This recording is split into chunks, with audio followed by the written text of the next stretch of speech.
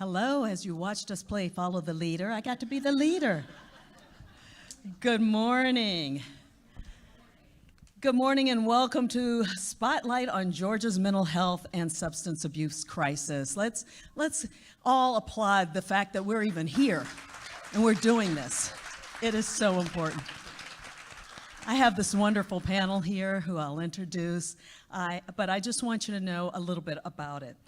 SAMHSA's 988 Behavioral Health Crisis Coordinating Office is hosting events like this around the country. We are the kickoff. That deserves a round of applause. First of the road show. And it's celebrating the 988 Suicide and Crisis Lifeline's first anniversary, highlighting 988 and crisis care implementation efforts at the state and local levels. So, this town hall panel discussion, we will have a discussion. We will address lessons learned, successes of the 988 implementation program first year, and showcasing how Georgia has rolled out crisis care across the state, including mobile crisis response, and discuss goals and visions across 988 and the crisis care continuum in the coming year. So we'll find out what's going to happen. You'll hear from a range of participants, including those who've had lived experiences and those providing direct care in their own voices, and we'll have a video about that. So we got a lot to go through. It's an important topic, and I know we're gonna all learn a lot through this discussion, and the good thing is you can take this information and take it to wherever you are and pass it along. So I'm excited about this. We got a lot of smiling faces here. I'm very excited about it. I do want to start by not dropping my paper. Thank you. Thank you. I wanted everybody to notice that. I want to start by recognizing a lot of you are special in this audience, but there are a couple people I'd like to recognize especially. And I work at the Capitol. Oh, I didn't introduce myself. My name is Donna Lowry. I work for Georgia Public Broadcasting. I'm the moderator of Lawmakers, which airs during the Georgia legislative session, nightly, live, every day they gavel in. And then Lawmakers Beyond the Dome, which is another show that focuses on the laws after they've passed and how they're implemented. During that show, I get a chance to talk about everything going on at the Capitol. And over the last 5 years, I've had the chance of doing that show. I had the chance to get to know Speaker David Ralston. Powerful speaker, wonderful statesman and leader, and really nice to the press. I had to say that. But understood our job. Unfortunately, we lost him last year, but he really wanted to make sure, one of his legacies, he didn't know it would be one of his final legacies, was to implement and try to change and bring Georgia up in terms of its mental health delivery system. He really pushed that. I had many interviews with him, and each time he credited one person with pushing him to do this, because there was a lot of pushback, of course. And that person is here today, and I just want her to recognize her, his wife, Sherry Ralston. Would you stand, Mrs. Ralston? There she is. So glad you're here. The other person I want to recognize is one of the two people that Speaker Ralston knew would help be able to shepherd this through. He wanted a Democrat and he wanted a Republican. He really wanted to make sure that this was bipartisan, because really there should be no politics involved in this issue, right? And one of those people that he chose, who was a longtime lawmaker, who I would like us to recognize, is here today, Representative Mary Margaret Oliver. Would you please stand? Where did she go? I think she must have walked out of the room. She was just here, but anyway. Where is she? Okay, well, if you see her, please thank her for all that she's doing. She had a tough year this year, and maybe, I don't know if we'll get into any of that, right? All right, so let's get started with introductions with some wonderful people here, beginning with Monica Johnson, who is director of SAMHSA And she represents the 988 Lifeline from the national and federal level, and she shares the role that SAMHSA plays in supporting 988 in crisis care at the state level. Please welcome Monica. I'm going to introduce everybody, and then we'll come back to you. Commissioner Kevin Tanner, who I've had the pleasure of interviewing many times before he became commissioner just 6 months ago, but has hit the ground running, is doing a wonderful job. And he's going to speak on the rollout of the 988 system, its benefits in communities across Georgia, and not only in urban and suburban areas, but certainly in rural areas. So welcome, Commissioner Tanner. Kim Williams is President and CEO of Vibrant Emotional Health. She represents Vibrant's role as the administrator of the 988 Suicide and Crisis Lifeline, funded by SAMHSA, which provides 24/7 support for people in emotional distress. Welcome, Kim. Kyle Inhofe, I'm sorry. I got to everybody but you in terms of pronunciation. He is Deputy Executive Director for the Veterans Crisis Line, VCL, Veterans Affairs, and he provides leadership and oversight for VCL operations, including crisis operations. Thanks for being here. Christine Cuellar, she is the Deputy Director of the Georgia Crisis and Access Line, and she provides leadership for GCAL and is passionate about working with underserved populations experiencing mental health and substance abuse issues. Welcome, Christine. You guys are not in order, so raise your hand. Okay. When you followed me in, I thought you were all in order. Okay. Selena Popovich Evans is Director of Region 4 Mobile Crisis, the response team for Benchmark Human Services, and brings extensive experience in community mental health and substance abuse. Welcome. You raise your hand so people know who you are. Okay. Lori Holbrook represents the unit that serves as the Chief Clinical Officer, I should say, for Avita Community Partners. She represents the unit that serves both suburban and rural parts of North Georgia. Welcome, Lori. Jolynn Matheson is a peer specialist on the crisis unit at Avita Community Partnership. She is going to share lived experiences with substance misuse and mental health, including 2 experiences in the crisis unit. Welcome, Jolynn. And Elvin Gittens, he is a certified peer specialist on the mobile crisis team with Behavioral Health Community Link. He'll share experience and passion for going out into the community and using his lived experiences to support individuals and families in their moments of crisis. Welcome, Elvin. That is a panel, folks. Pardon? Okay. Did I miss somebody? No. Oh, Mary Margaret Oliver's back. That's what she was telling me. Representative Oliver, I did this big build up to you, and then you weren't here. Please, a big round of applause for Mary Margaret Oliver and all that she does down at the state and has for so many years. Okay, thank you so much. I'm not real good with whispers, okay? Ask my husband. Yeah, he's like, I don't have to talk that loud. Anyway, let's get started. And we're going to start with the lady who is helping me with all of this. We have prepared remarks right now from the person from Monica, who is with SAMHSA, and she's going to tell us a little bit about why we're here and more. Good morning, y'all. I get to say y'all here and not be uncomfortable. I'm back home. So, yes, so for those that don't know me again, I'm Monica Johnson. I'm the director for the 988 and Behavioral Health Crisis Coordinating Office at SAMHSA. And y'all know that before that, I was here at DBHCD for a long time.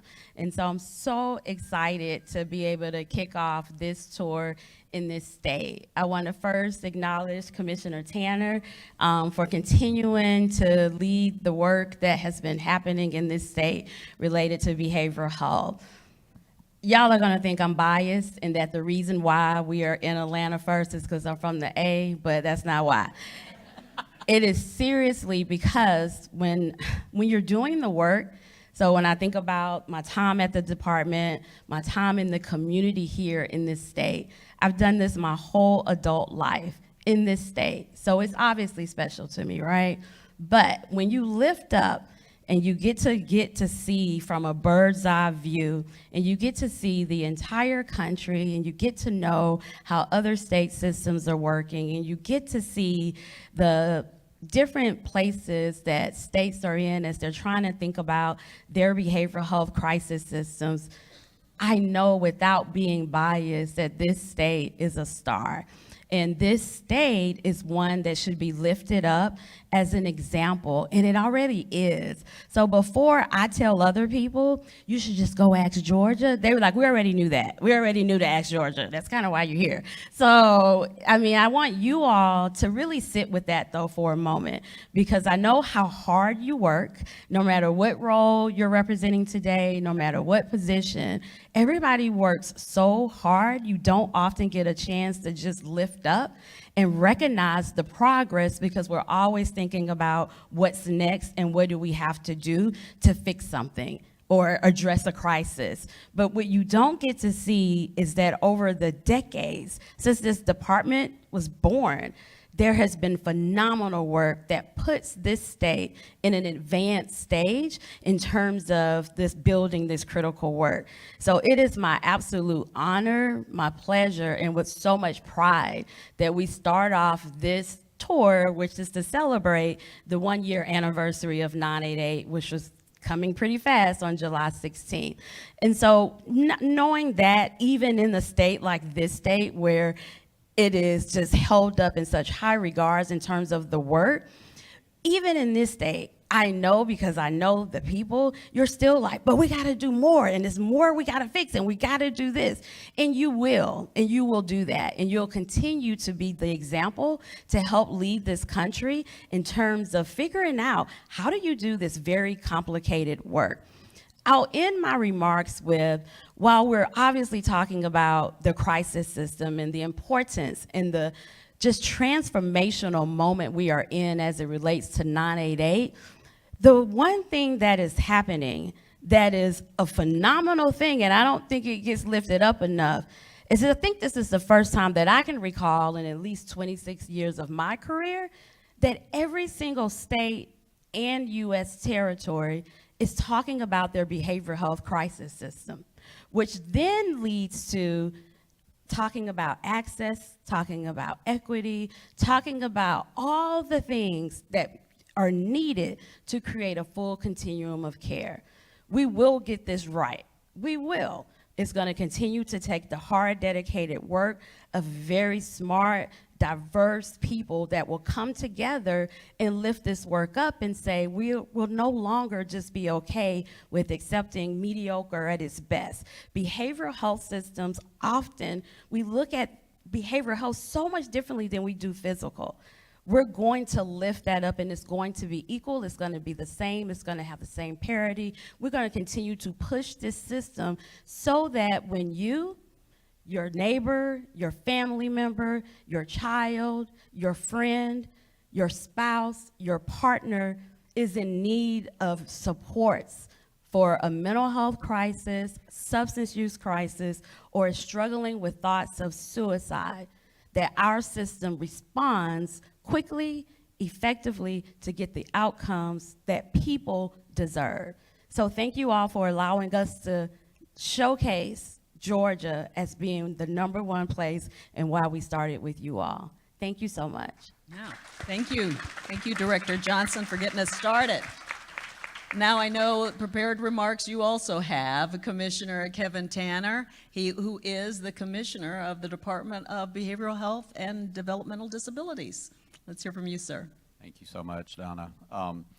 You know, as I think about being back with Monica here, and I think about the remarks she just talked about Georgia really being a leader in this area nationally, you don't have to look too far to see that, because the federal government realizes Georgia's leading in this area because they come and poach some of our best employees.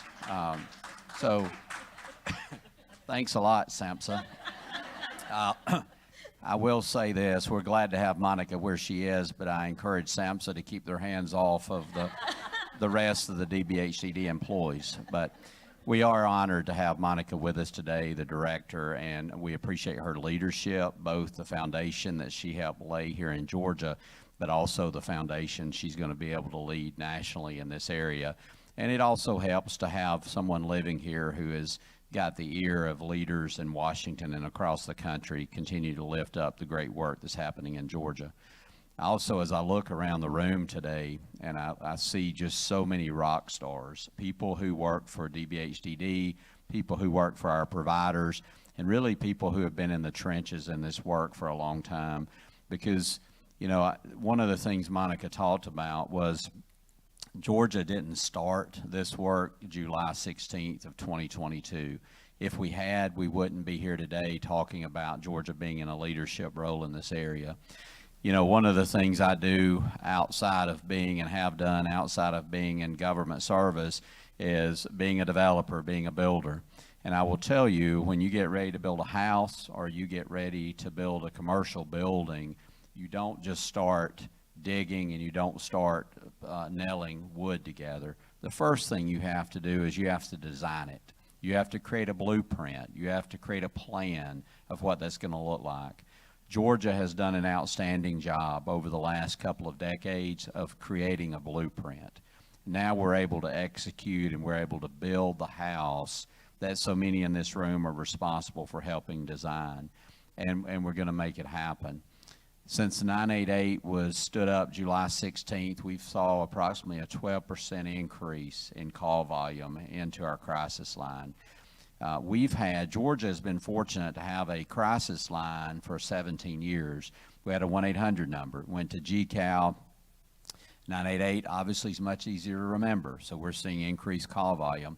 But another interesting statistic, since 2019, so pre-pandemic to 2022, we had an over 40% increase in the call volume to our crisis line, and over 40% increase since 2019 to 2022. That's a tremendous need and an increase. And since 988's been stood up, it's been a 12% increase. And this is without any real marketing campaign. Once the marketing starts, SAMHSA and our federal partners predict that we'll see a doubling of the call volume. We have to be prepared to handle that, because it's not just about someone answering a phone call that's able to triage your needs, but it's about the whole crisis continuum. It's about having someone that is able to respond out and meet you where you are to provide service. It's about having a safe place to go, whether that is a provider in the community or whether it's an inpatient hospital bed or a crisis bed. Whatever it is, the entire system is going to have to be built out. Our prediction is Georgia will need 500 additional crisis beds to be able to meet our future needs here in this state. That's a lot of work still ahead. So we want to celebrate where we are, and we want to recognize that we're standing on the shoulders of some great leaders, but we still have a lot of work to do. So we're rolling up our sleeves, and we want Georgia to continue to lead in this area. But we're excited about where we have been, we're excited about where we are, and we're really excited about where we're going. Georgia's going to continue to lead in this area. Also, again, I just want to recognize our staff here. We've got some tremendous programs going, whether it's dealing, and one of the things too I want to mention that may surprise some of you in the room, since 988 has come online, we have seen a higher call volume coming from our rural communities than we have from our metro areas.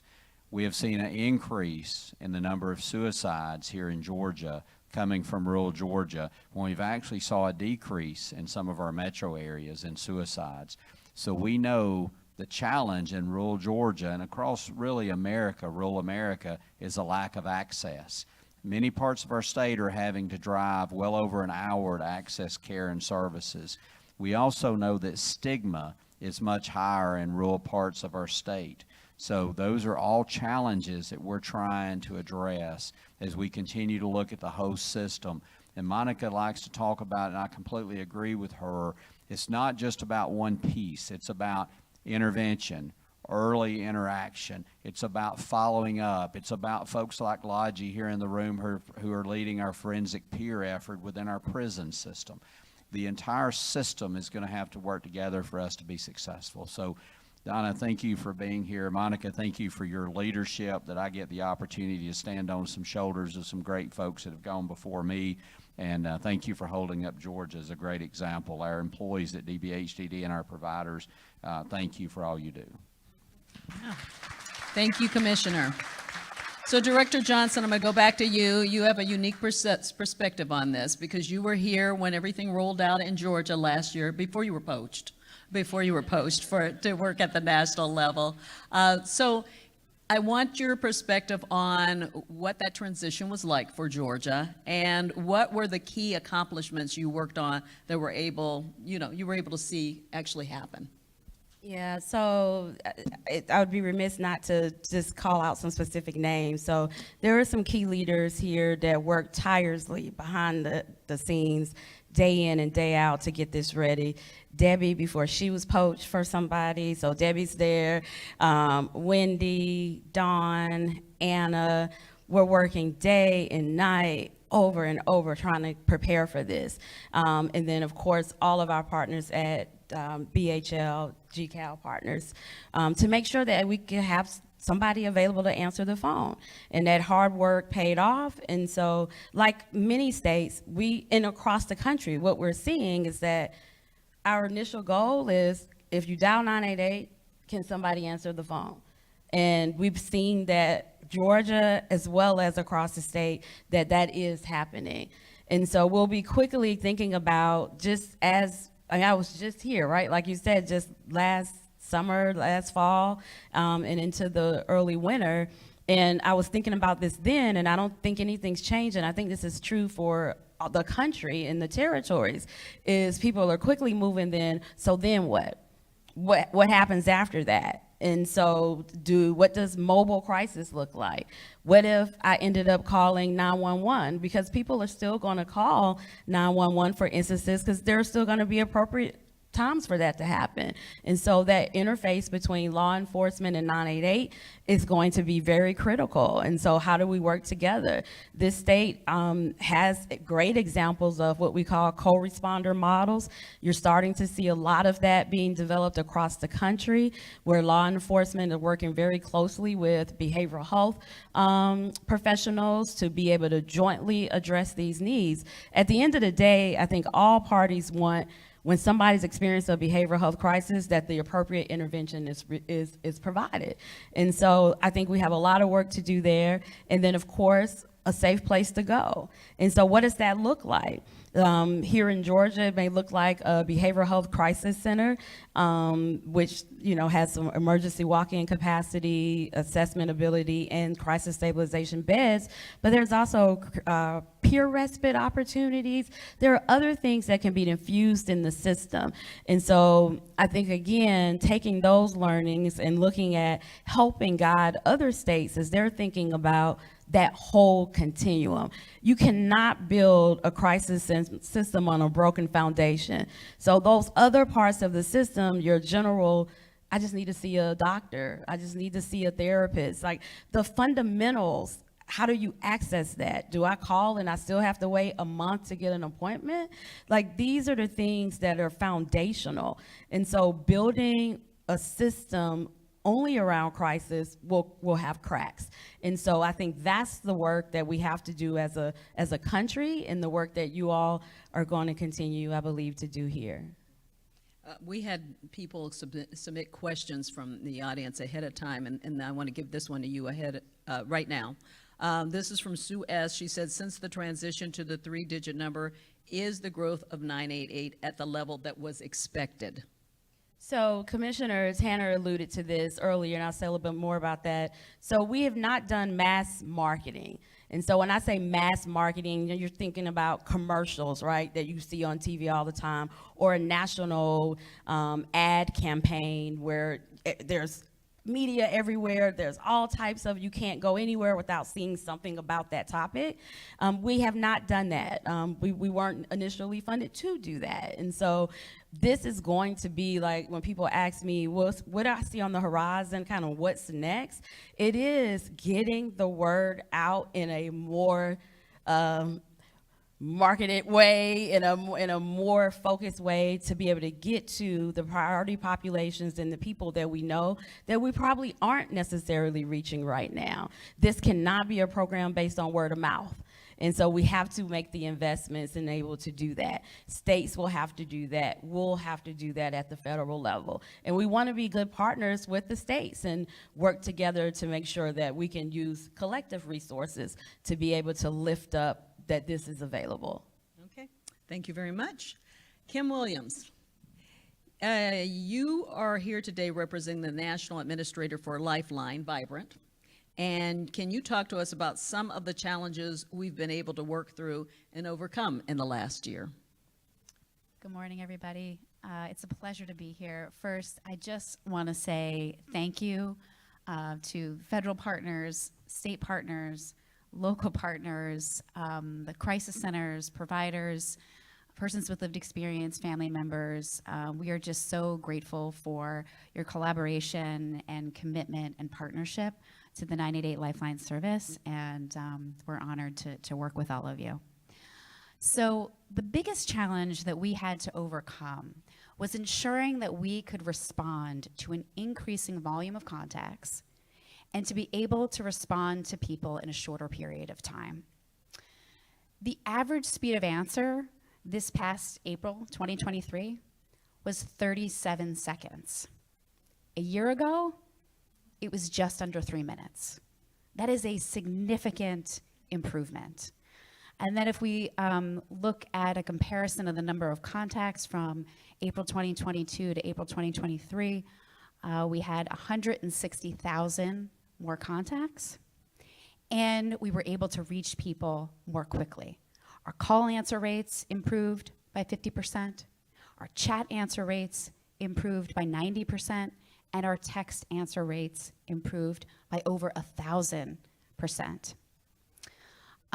We so far have seen 3.6 million contacts in this first several months of the service. In the calendar year 2021, that is the number of contacts that we received, and we're still, not at the end of the year. So we're seeing more people reach out, and as the administrators, we have been able to both be able to respond to the increasing volume and also be able to reach people faster. And that was our commitment, and we were able to work in partnership with the crisis centers around the country, ensuring that we were getting them funding so they could build out their workforce and also improve the user experience. The other thing that I will just add that wasn't so much a challenge but is a major priority for us is really ensuring accessibility of the service. Ensuring that as we continue to partner with SAMHSA in building out this resource, that we are expanding the services that people can access when they reach out. And I will touch more on that later. Thanks. Thank you very much. I want to go back to you, Commissioner Tanner. I want to ask you about the impact our state has had over the last year. What effects has the 988 expansion had in the state of Georgia this far? Well, as we continue to see call volume increase, I think just by the word of mouth, we're seeing a 12% increase in the last year in the call volume. The other thing that it has done is I think it's renewed the conversation. One of the things, and Monica hit on this earlier with the late Speaker David Ralston, and last year with the passage of House Bill 1013, the Mental Health Parity Act, we really was able to launch Georgia and Georgians and political leaders and policymakers in a place that I've never saw the state in before, where we're really having an honest, open conversation about mental health. And because of that, I think we're seeing stigma decrease. And I think 988 is a catalyst to lowering stigma around this system. So as we continue, I was thinking as Monica was talking today, just from the publicity that this event today will get, we will see a spike in the call volume at 988. Anytime there's a newspaper article, we see a spike in call volume. The more we talk about 988, the more we promote 988, the more we decrease stigma. And that's healthy for Georgians to understand it's okay not to be okay, and it's also okay to seek help. And I think that's what 988 has really been able to bring the conversation to a new level. Yeah. Can I jump in? Yeah, sure. Can I jump in there? I just want to really underscore the importance of what was just said. Like every time, like you said, when we are talking about it, rather it's because of this event or whatever the venue is, people then are responding like, oh, I didn't know that existed. Like, this is something that I can use. And so while we have the capacity to answer the calls that we projected to come in, and it may be a little under that, it's still more, as you heard from both Kim and the commissioner, that it's still more than it was before 988. And that's important. So we are reaching more people. We just want to continue to reach even more, because we know that the demand is there. People just got to know about it. So tell a friend when you leave today. That's right. We want to broadcast this everywhere. And by the way, I'm recording this for Georgia Public Broadcasting, so we'll have some radio stuff on this. Commissioner Tanner, I want to stick with you for a second, because you and I have talked about this, and you're a farmer. You come from a rural area. Can you talk a little bit about the concerns in terms of mental health when it comes to the farming community? Yeah, we have a disproportionate number of people in the agriculture community in Georgia who commit suicide every year. It's not something, as a person who comes from a farming community, my family's been involved in the poultry industry since it started in 1950 and have been farming in North Georgia since 1800, and I own a poultry farm personally, so I'm around people in the farming industry all the time. And when we get together, we don't talk about our feelings. Farmers do not get together and talk about their feelings. You're viewed that you need to be a tough person, that you need to be non-emotional, that you're an overcomer and you're just a worker. And what happens so oftentimes is that person bottles up those emotions until they can't do that anymore. And that's what we're seeing in our agriculture community. And one of the things, too, I think a lot of people don't realize is, a lot of us go to work every day and we get a paycheck every 2 weeks. We know exactly what it's going to be. And if you do a good job, you're going to be successful. In the agriculture community, you can do everything right, but you've got a bad winter and your peach crop's gone. You've got pests and bugs that come into your farm, and your entire livelihood is wiped out. So the agriculture community faces challenges that a lot of people just will never think about. One of the things I think is important, and I try to do this with my friends who are in this industry, is listen to what they're saying, because you can pick up on those context clues. And we also need to continue to remind people, no matter where they are, that it's okay not to be okay, and it's okay to ask for help. But I also think it's important to understand the best person to reach these people is their peers. Just like what we're seeing in recovery, in the mental health space, in the forensic space, a farmer will listen to a farmer. They're not sometimes going to listen to someone else. So it is real, but we're seeing an increased number of farmers calling 988, and that's a good thing for Georgia. Yeah. Thank you so much for sharing that. And I think it's an area that a lot of us are unaware of. So I appreciate that. I want to talk a little bit about veterans now. So Kyle, let's talk about that. You're going to pronounce your last name again for me. Inhofe. Inhofe. Yeah. It sort of looks that way. I'm sorry. I keep messing That's it all right. up. So Mr. Inhofe, how is VCL meeting the critical needs of veterans in Georgia? So it's interesting to hear some of the different things that have happened and some of the statistics that I've heard up here, because we're kind of mirroring those. It's been interesting too because I started at the VCL in October of 2021. And my boss, Lisa Kearney, at the time, I asked her, what are some of the goals that we have in VCL and what are some of the things that we're working toward? And I previously worked with VCL some on a kind of as an admin support through human resources. So I knew about VCL, but I didn't know exactly what VCL had going on. So I asked what some of the goals were, and she said, well, we're going to implement a historic 988 initiative here in about 6 months, and I need you to hire 1,500 people. And I was like, okay, anything besides that? Is there any other things? So I really just got in and right in the middle of it. So it's been very exciting to be part of, and hearing some of the prep work that we did, and I'll be honest and say that the VA has provided the Veterans Crisis Line a lot of support. It's one of the Secretary's major goals across VA, so just having that level of support has been just really important to us. And the VCL actually provides services to not only veterans, but actually active duty service members and their families as well, for them to be able to call. So just historically, just want to provide a little bit of information that the VCL started in 2007 with only 12 employees in Canandaigua, New York. We actually expanded to add employees in several areas, including Atlanta. We have a location here. And we have actually a large number of employees that reside here in Atlanta. Prior to the implementation of 988, we expanded up to 1,400 employees. And then January of last year got approved for 2,568 employees because of the things that you're talking about. Not only the increases that we've seen since the rollout of 988, but what we're expected to see, the continued increases. We have seen similar increases as what you mentioned. We're about 13% increases overall in the number of calls.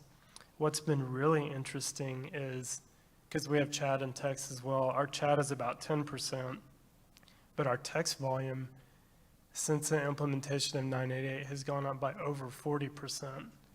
And in recent weeks, if you compare the text volume that we have compared to the same time as last year, we're fluctuating between increases of 85 and up to 125% in text. So that's been a real focus for us to look and see what we can do to manage that workload and continue to partner with SAMHSA and with Vibrant and with the local communities to make sure that we're able to provide for those that want to reach us. And just wanted to add one last thing with those increases that we've seen in our workload, just to put numbers to what it actually means. So between July of last year and May 8th, the VCL has received an additional 55,000 calls. We've received an additional 8,707 chats and over 18,794 texts. So the work that is being done actually means something. These numbers are actually people that we did not reach the year before. So all the work that is being done is truly making a difference in people's lives. Can you, and maybe you or somebody else can help me understand? I didn't know that texts were a possibility. Yeah. How does that work when you call 988? Yeah, so You for wanna take it? 988, you Yeah. can text or chat now. Yeah. Wow, So you okay. can call, you can text, or you can chat. And then, Yeah, that's right. So if you text, for veterans specifically, when you text 988, there's a message that comes back that says, if you are a veteran, we have a different number that you can text. It's 838-255. So we have people text us through that. And to me, the text option is very meaningful to me because I think there are times where people just are afraid to call. And I know personally, I have 2 teenagers, and I don't know about you guys, but if I call my teenagers, they don't answer, but they text me and say, "What's up?" So I think it's just that's the future, I think, and So that's a big focus that we have within VCL. And I think it's great that, looking behind you, that you have text, call, and chat up there for those of us who didn't recognize that it was, we think of it as 911, right? Which you call and not text, right? Unless I'm missing something. But so I'm glad that we're drawing attention to that and that's a part of the publicity that you're trying to get out there. Thank you so much. Let's talk to you, Selena Popovich Evans. Can you share about your work in the rural crisis mobile support units? How do you see mobile crisis making an impact in the communities? So mobile crisis in the communities, we can really only be successful. Is your microphone on? Let's see. Okay, just a little louder. We can only be as successful as we are connected into the community. And so for us to be successful, we have really good, strong relationships with all of our community partners. And there are a couple of examples that I can give that show how that works out for individuals that we serve. We had a young lady who had some significant mental health problems, and she called the crisis line quite often. Once or twice a month. And so what we did was, and she went to the emergency room too, what we did was we were able to get together with the individual, with a representative from the emergency room, with people on their care team at the community mental health clinic, and all of us together were able to work with that individual to develop a crisis plan to help them be more stable in the community, have less hospitalizations and less crisis calls. None of those things can really be done on our own. So that's really important. And another example that I can give about being connected into the community, and is going to be a young lady. She was about 16, and she was in foster care, and she was living in a migrant community, only spoke Spanish, and she was working and taking care of herself, but she did not have parents here.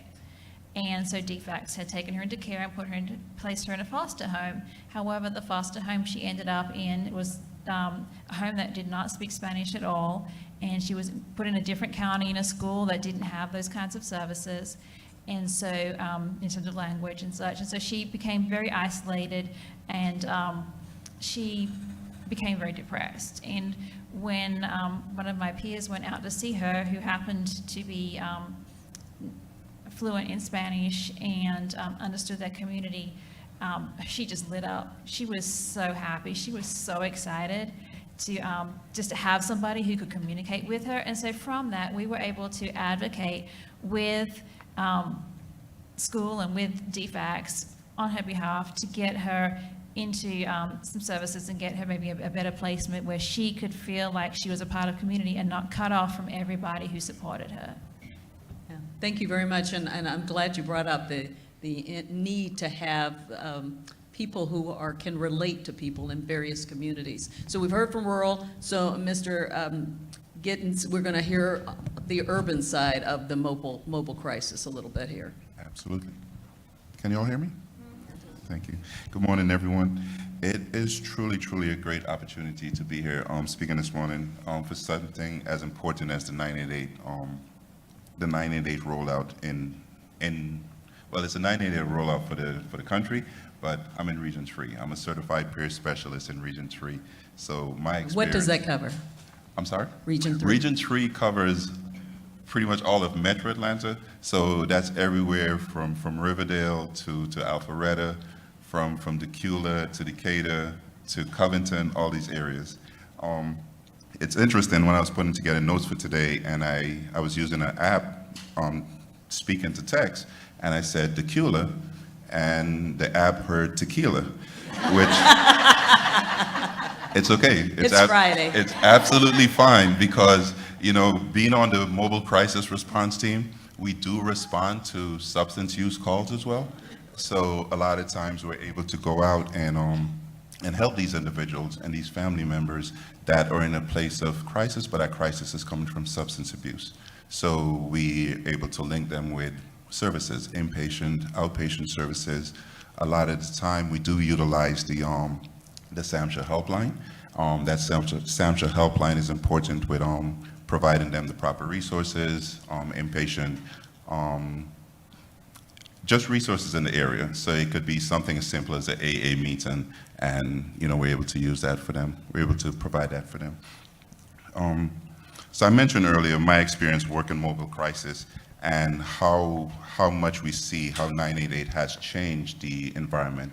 Commissioner Tanner, he mentioned about a 12% increase in calls since the 988 implementation.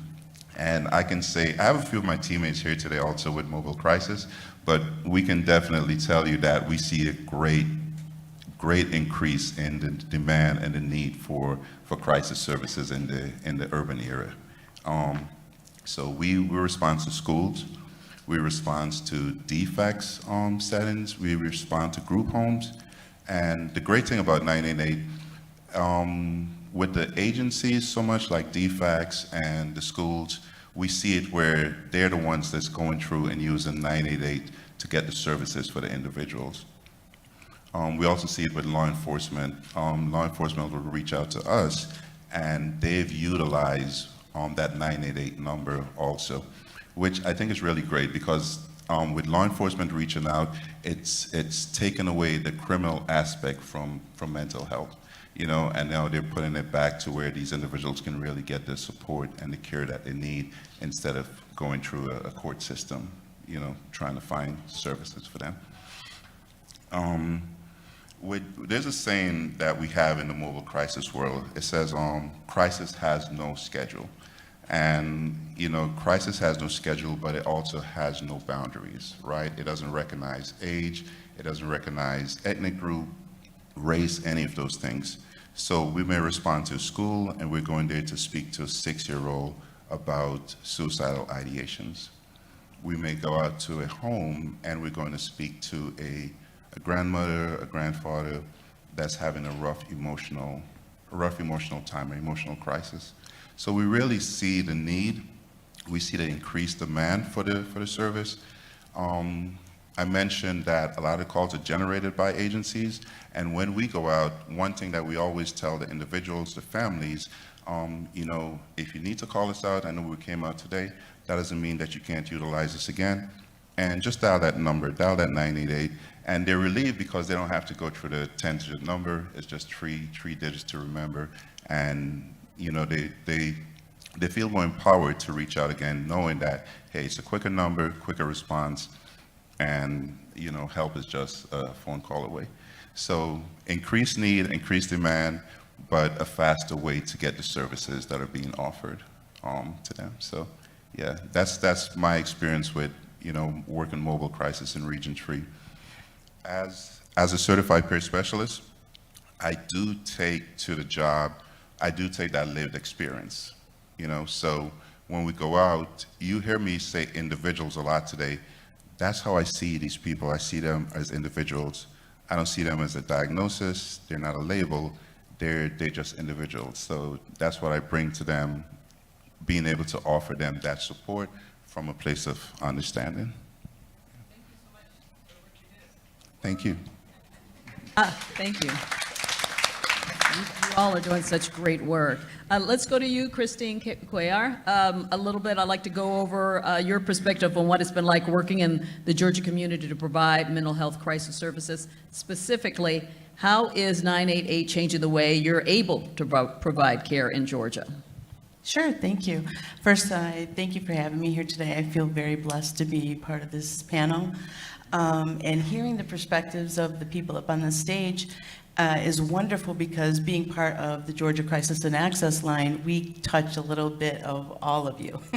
So for GCAL, for years has offered the opportunity to connect with our community in a very significant way.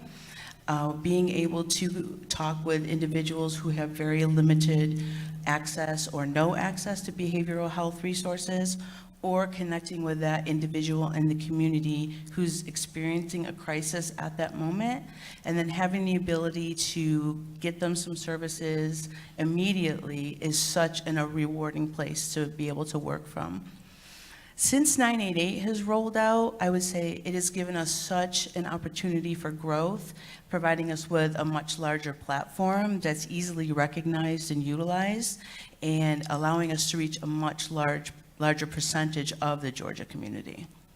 So it's been a wonderful growth opportunity. All right, thank you very much. We may get more from you a little bit later. Let's move on to Lori Holbrook. Can you tell the audience about your work with Avita Community Partners and the impact you've had? You've been able to witness what's happened since last July with 988. Thank you. I'm really excited to be able to share this because it is unique.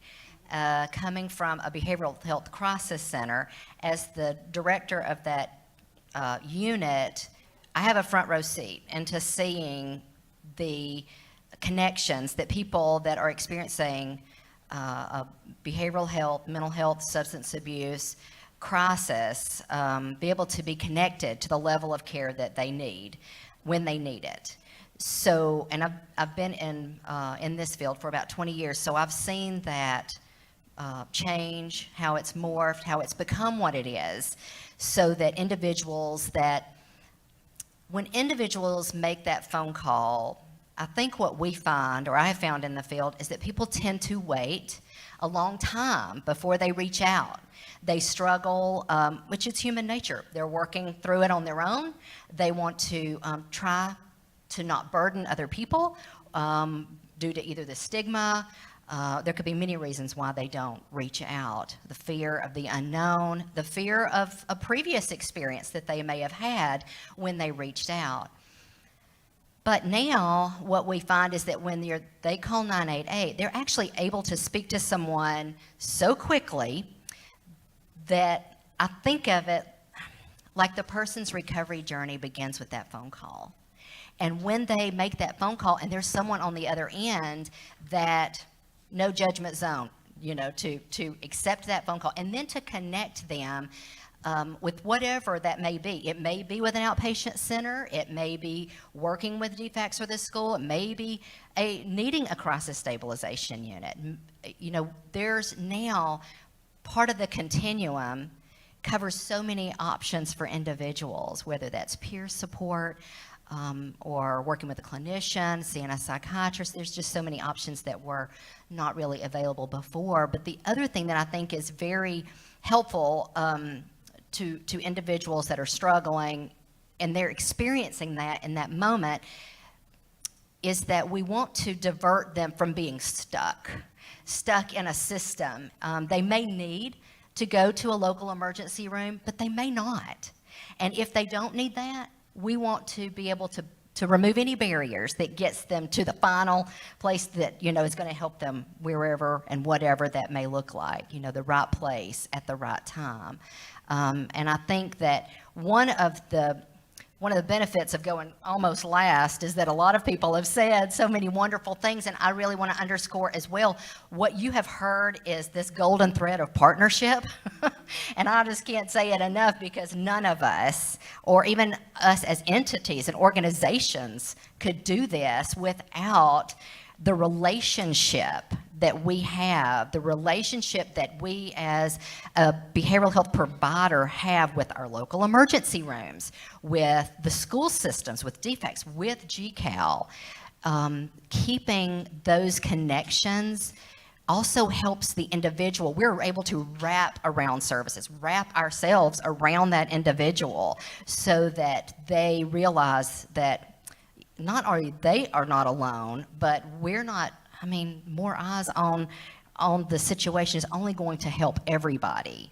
And when they make that call, when we connect someone to help, they get the help they need. We didn't just change their life, but we changed everybody around them, their families, their loved ones, their friends, their communities, which we are all a part of. So it really is not just a ripple effect, but it really does touch so many more lives than I think people might realize. When they were making that phone call and that other person's on the other end talking to just them, they're really talking and impacting the lives of many, many others. Well, certainly what I'm hearing here is definitely a collaborative effort as you all are talking. We didn't forget you, Jolyn, and all of this. Jolyn Matheson, I understand you work on a crisis unit and that having this firsthand view of our crisis care continuum, so you really get a chance to see it up close. Can you speak to how you feel Georgians are being cared for? Yes, ma'am. I also want to say thank you for having me here. It's an honor to sit with all these people up here on this panel. So I am a certified peer specialist at Avita's Crisis Stabilization Unit. Lori is my boss, and I love her. And I love her. So at our Crisis Stabilization Unit, in my position, I get to walk along the side of our guests as they take their first steps into their recovery. And that, for me, is an honor. It's not a job, it's not a career, it's an honor. And like you heard me say guests, we don't call them patients or clients, we call them guests, because a guest is a welcome visitor. And that's what we strive to do at the unit, is welcome people as they are with no judgment, and to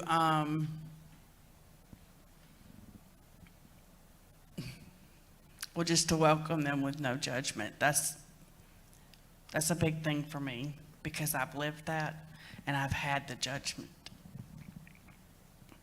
So, you know, when our guests come to us, it's quite possibly the worst day of their life, you know? They're at their lowest point, and they're just looking for understanding and compassion and empathy, guidance, and most important of all, they're looking for hope. And for me to be able to provide any of that is an honor, because somebody provided that for me at one point in my life. Thank you so much. I knew you were nervous about being up here. What beautiful words. Thank you for sharing that with us. I appreciate this. Yeah. You deserve that, because you did a great job of explaining that, and we're so grateful for what you're doing. Mr. Inhofe, I'm going to go back to you to talk about veterans a little bit, and the 988 Press 1 option, expanding to provide additional support in the Georgia and future. So what does that look like? Yeah, that's such a great question, because it's not just what we've done to get here so far, but what are we going to do next because of the anticipated even more growth that we're expecting to see. So obviously one of the big things that we're going to continue to do is the hiring surge that we have. I mentioned that we had 1,033 employees when I started, and the last I looked, now we have 1,777, working toward 2,568. Like I said, we just have tremendous support from VA and VHA leadership. We're looking to get the word out among the veteran community, so veteranscrisisline.net we have a lot of resources there that people can use to share the word. I think that's a big thing that I've heard a lot of today up here too, is just sharing the word. I was actually talking to my Uber driver on the way here about how he heard of 988, and we actually had a nice discussion, and he said he was going to share in the way that he can as much as he could, so it's really great.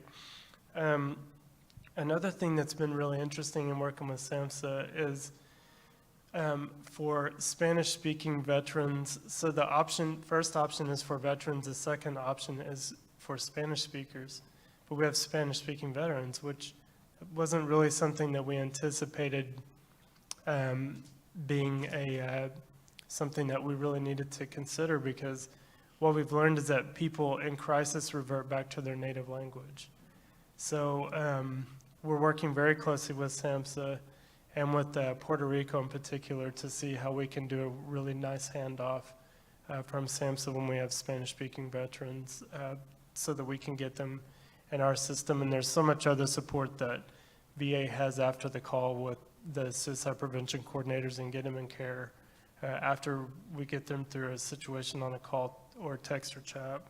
And then obviously the biggest thing that we're working toward, like I mentioned before, is because of the large increase that we're seeing in text, we're really working, receiving a text and the things that you do to help an individual through a situation where the text is different than calls.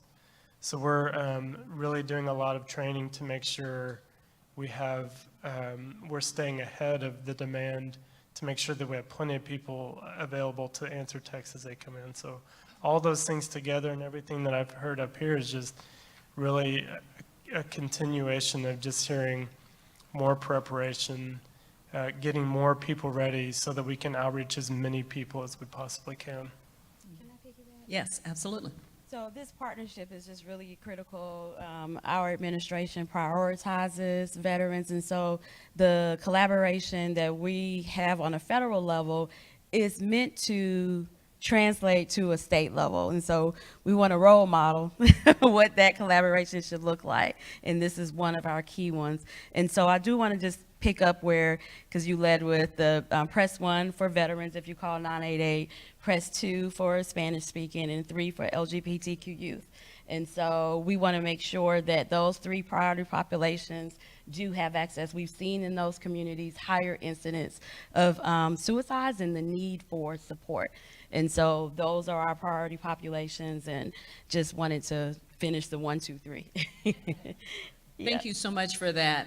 We're going to now show a video for those of you who in the back who thought we were supposed to do that in the beginning. That's my fault.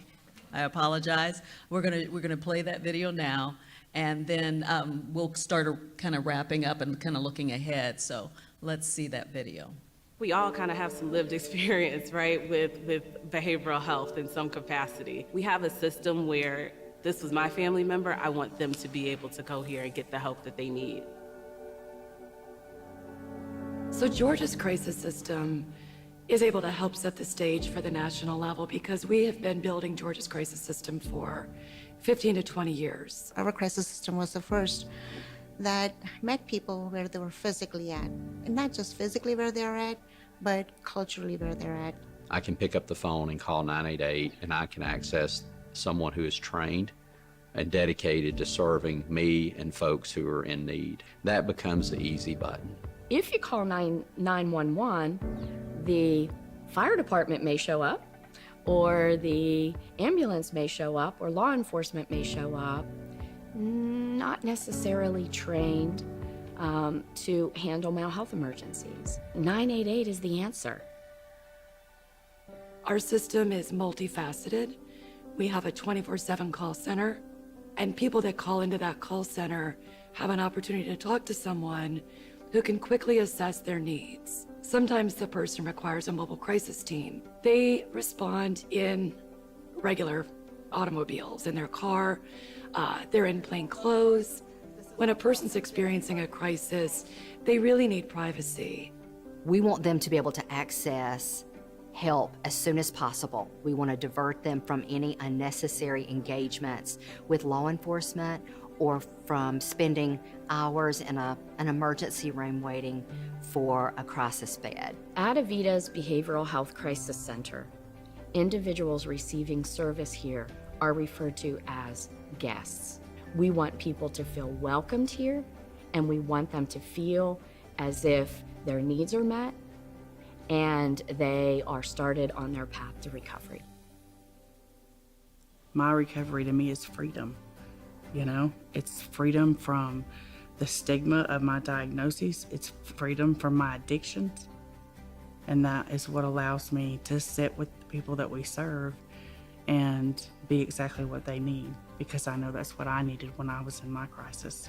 There's a lot of people that are really scared to really even say that they need help. One of the things that DBHDD is doing to engage our community is really having them have a seat at the table.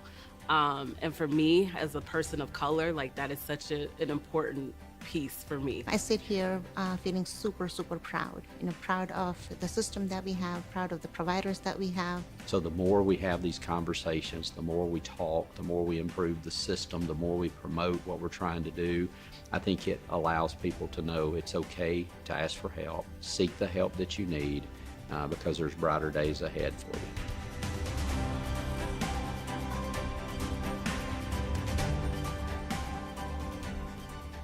Let's have a round of applause We for all that have a lived video. experience, right, with behavioral health in some capacity. We And, have and a while you system didn't see where it at the beginning, I if my think it family really member, I want kind of them brings to be things able- together. We have another video at the end too, so that's coming close by after this.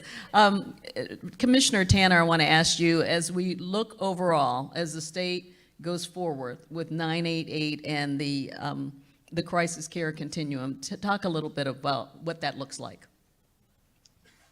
Well, like we talked before, with the estimate of needing 500 additional crisis beds to really build the system out, we know that we're going to have to increase the number of call takers we have. If our call volume is going to double, we're going to have to increase the number of mobile crisis teams. The SAMHSA has set the goal of being able to respond, I think, 80% of the time within 1 hour by 2025 in mobile crisis. So that is a challenge that we've got to step up and be able to meet. And then being able to have a safe place to go. You heard our partners with Avita talk about their crisis center. We're doing a lot of work around certified community behavioral health crisis centers and upgrading our CSBs to that model. So we've got to continue to build out this system because we're going to be encouraging people to hit the easy button. We got to be ready to respond because there's no wait list. There's no time to wait. When someone's in crisis, they need help. And we have to be ready to respond. So we've got a lot of work to do in Georgia, but we've got a team that's up to the challenge. We have a state that's having a serious conversation, and we're gonna continue to be a national leader in this area. And I'm just excited to be able to be a small part of that. Okay, thank you. Director Johnson, that same question, basically the future with 988 and your vision and goals for the future. Yeah, so it's really important. We also talk about how you pay for this, right? And so the money matters. And I'm proud to say that the level of investments, close to $1 billion that this administration has provided towards this work, I think sets the precedence of how important this is. Just within the last couple of days, maybe, SAMHSA has released new funding opportunities for states, roughly about $200 million, and you'll see that we're continuing to be what we think is your startup support group, right? And so get this money infused into the states and so that you can do the things that Commissioner Tanner just talked about. But at the same time, also be looking at, well, what is our local need and how do we fund that? And so our priorities are continuing to support states where we can. There was also, or another one maybe about to hit soon if it hasn't already, related to mobile crisis. I mean, there's things that are coming out of the federal government because we do see ourselves as your partners in this work. But the states will also have to be thinking about what does that look like locally. And so that's, I think, on the horizon and the challenges ahead. But we intend to do this in partnership, looking at how we can leverage Medicaid and other payers. And so we work very closely with CMS on a national level. I'm looking at Wendy, this is her wheelhouse. She's like, yes.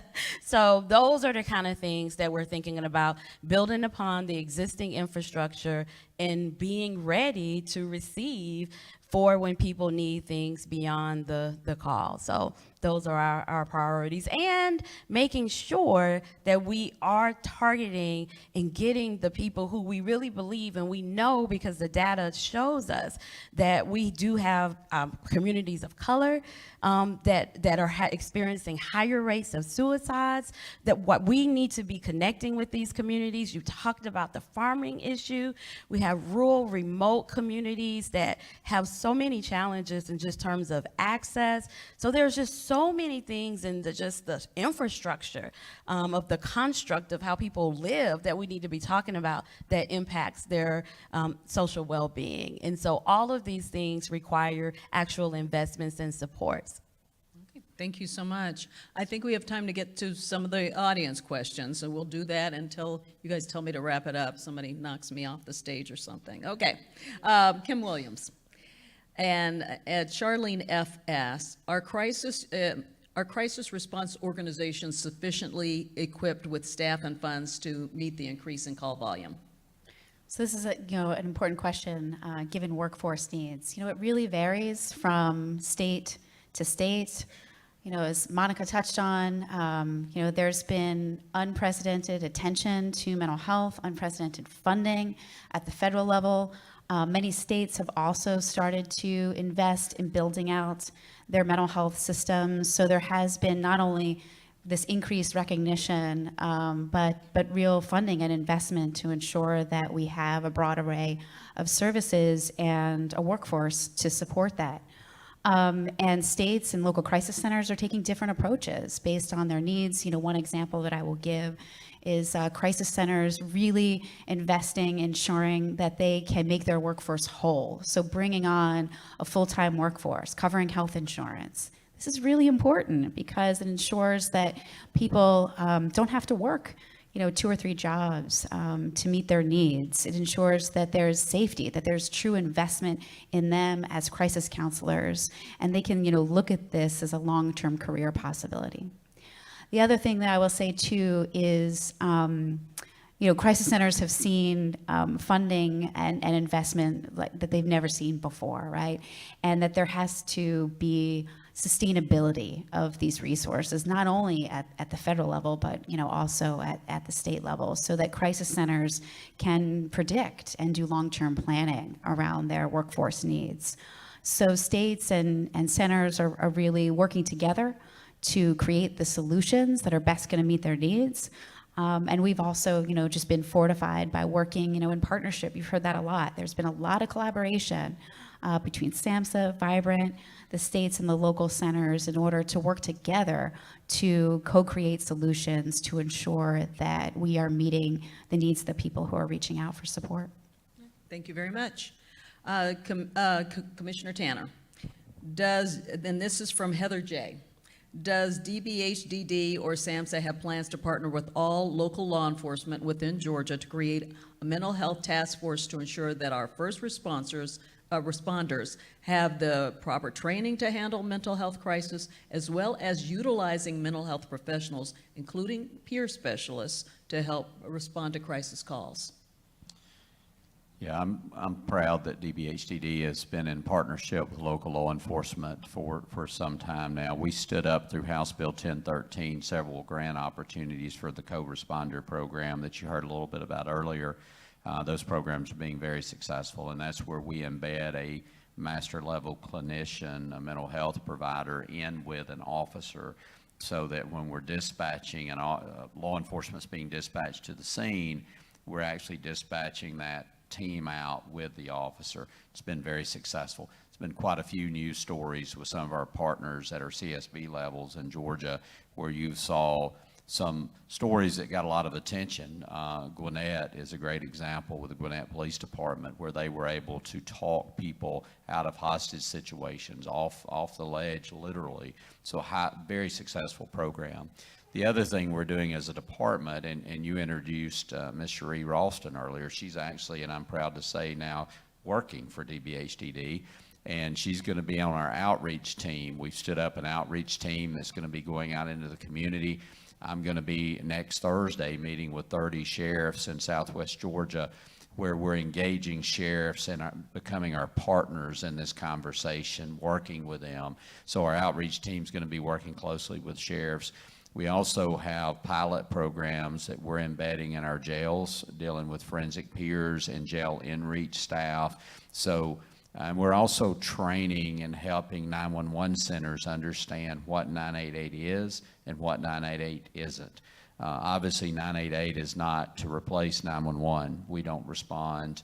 Our crisis teams don't respond to situations where there's an immediate threat or danger of someone. But teaching and learning from each other is an ongoing process, but we're very engaged with our law enforcement partners. Thank you very much. Christine Cuellar, I got it. One of our attendees asked, Georgia's Hispanic and Asian American communities are large and growing rapidly, while Georgia's role as a top 10 state for refugee resettlement means that it is home to tens of thousands of people from all parts of the globe.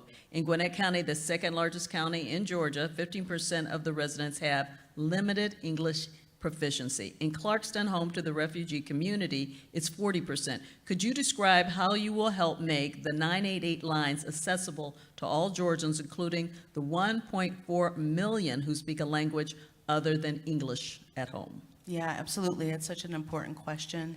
As you can imagine, with the call center, we do interact with a lot of people whose first language is not English.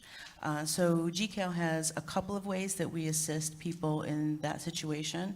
Of course, 988 has a specific Spanish line where our callers can directly connect with a Spanish-speaking crisis counselor to meet their needs. For those of our callers who don't speak English or Spanish, we utilize a language line, and we're able to connect our callers immediately with an interpreter who will help them throughout the call to get the services that they need. And also, I'd like to mention that for our deaf and hard of hearing population in our community, it's really important that we meet their needs as well. So we do partner with a relay service. So when they're calling in, we can make sure to connect them immediately and get them the help that they need. Can you talk briefly about what you're doing to advertise those services? I believe that that's part of, it's all on the 988 website. It's part of the promotional campaign. And then all of our, of course, frontline crisis workers are very familiar with the services and can access them immediately with the calls. Thank you very much. Kim Williams, this is from Perlugi M. She asks, or he asks, are there any developments for 988 components that will make the services even more accessible to a wider array of people? So, we touched on some of this, and this is a top priority in improving accessibility for people. One of the things that we're focused on is really building out outreach, partnerships, and services for communities that have been historically harmed and excluded, and their needs have not been well met, including LGBTQ plus youth that was mentioned earlier, expansion of Spanish language, expansion to ensure those with functional disabilities can get access to support, supporting people from tribal nations. So you heard from Monica that we have a pilot initiative to support LGBTQ plus young people, and that is available 24/7 via call, text, and chat, and connects individuals to trained crisis counselors who are uniquely equipped to address the needs and challenges of LGBTQ plus young people. And that's in pilot phase right now. So we're going to be working on building out a permanent subnetwork this year.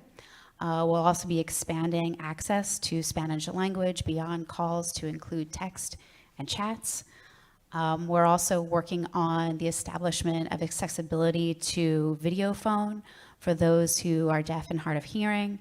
And we're working on prioritizing meeting the needs of individuals from tribal nations, and have already started some of that work in partnership with leadership in the state of Washington that has launched the first crisis center in the nation that is solely focused on supporting the tribal community in the state of Washington. So these are just some of the ways that we are seeking to expand accessibility and ensure that this is a service that is truly for everybody.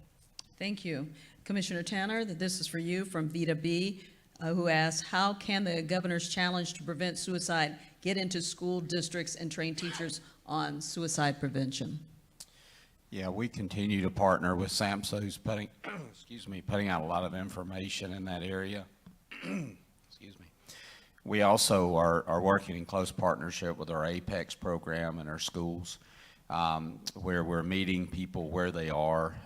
We have a growing, I believe we're in over 700 schools now with our APEX program, and we're continuing to young people have, like we talked about the farming community and some of the other specific communities, young people have their own special needs. We also, Dante runs our youth and adolescent behavioral health division. We also have a good youth peer mentor program. So we're promoting 988 to our young people. We're also meeting them where they are in their schools. And we're going to continue to grow that partnership with SAMHSA and our school system. All right, thank you very much. Director Johnson, one of our attendees asks, since the inception of 988, is there evidence that the rate of suicide and suicide attempts has decreased? So we're like in the 9th month of implementation of 988.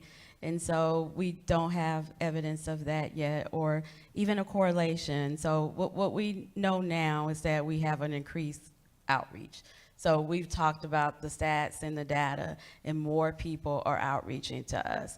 What we do think will be important is to really begin, and this is a part of future vision, landing at evaluation work, so that we'll have data around outcomes and efficacy and what happens as a result of individuals contacting the line.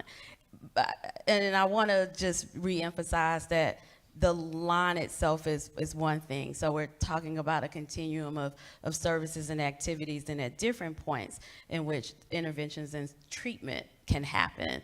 The call is a support.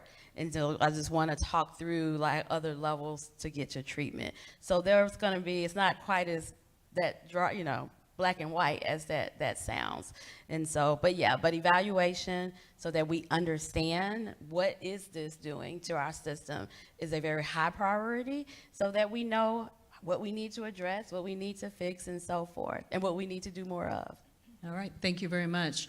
As we wrap up, I know some of you may have things you want to say before we wrap up. Is there anybody else on the panel who wants to mention something that kind of popped up in their heads? No? I know some of you were shy going into this, and you did really well. So, no? Well, okay, go ahead. I was going to say something. Yeah, right? yeah, I was. I just want to, again, just extend gratitude and just thank Commissioner Tanner, thank just the representatives that are here today, the teams, the providers, the peers, like just everybody that is working hard to make this system work. And I want to acknowledge the level of support that we have received around this work from our Assistant Secretary, Dr. Miriam Deffa-Rittman, and Secretary Becerra at the U.S. Health and Human Services Department. So this is really just important. We have the leadership that is investing and prioritizing this work in a way that has just been game-changing. So I would be remiss if I didn't say that. Well, you got it in. I'm glad you did. We do have a closing video, and we're going to play that now, if we could. That one single experience just completely rocked our entire world. It then changed the course of all of our lives forever. And suicide is something that, in my opinion, was reserved for the media.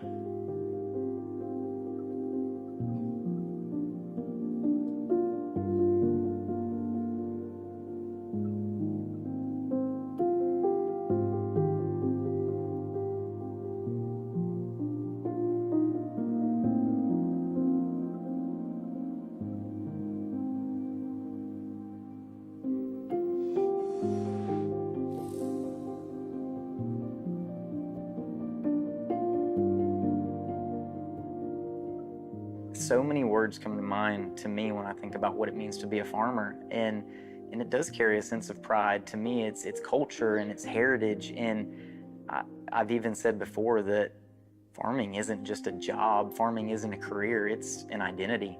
In my senior year of high school, it started out sort of like no other. The general rule of thumb was that we would try to have all of our strawberry plants in the ground in the fall time, and then hopefully by mid-November, Thanksgiving time, we would start picking through some of our first strawberries. And actually had the unfortunate loss of my dad my senior year of high school after we had a crop disaster that year and lost him to suicide. That one single experience just completely rocked our entire world. It then changed the course of all of our lives forever. And suicide is something that, in my opinion, was reserved for the media. It was something in the headlines that you saw in the evening news or in the morning newspaper. It wasn't until it really happened to us that it impacted me and my family and our entire community. And so Mind Your Melon finally came about approximately a year ago when my wife and my family and I, we were talking about, what this actually was. With a stoic industry, especially a super traditional conservative industry like farming and ranching, we're like, we'll just try to encourage people, make it a little bit more light than just talking mental health and farm stress, and just remind people to mind their melon And that's sort of been the premise of it. We've just been wanting to gradually chip away at that surface level and destigmatize the topic of overall well-being. And so for anybody struggling, you deserve to take care of yourself. You have the time to take care of yourself, and it does not make you any weak or less strong to want to take care of yourself or to admit that you might need some help. There's always somebody here within our support system or within our network, and that's the main thing. Just remembering that each and every one of us matter, and there's always somebody to turn to.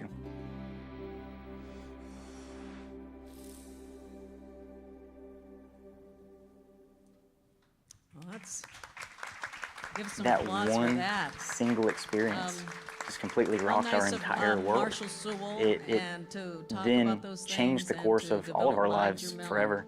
So And thanks for suicide that. is something that, in I my think we've all opinion, learned a lot was today. reserved It for sounds like the media. It's been a year of. It's only been 9 months.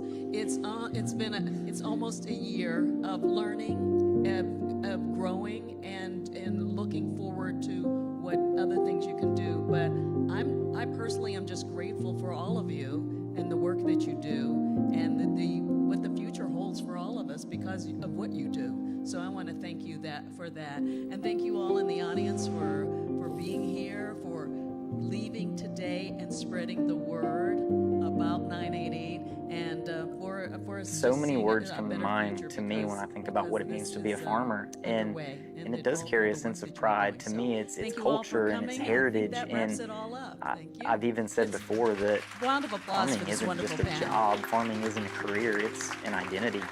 In my senior year of high school, it's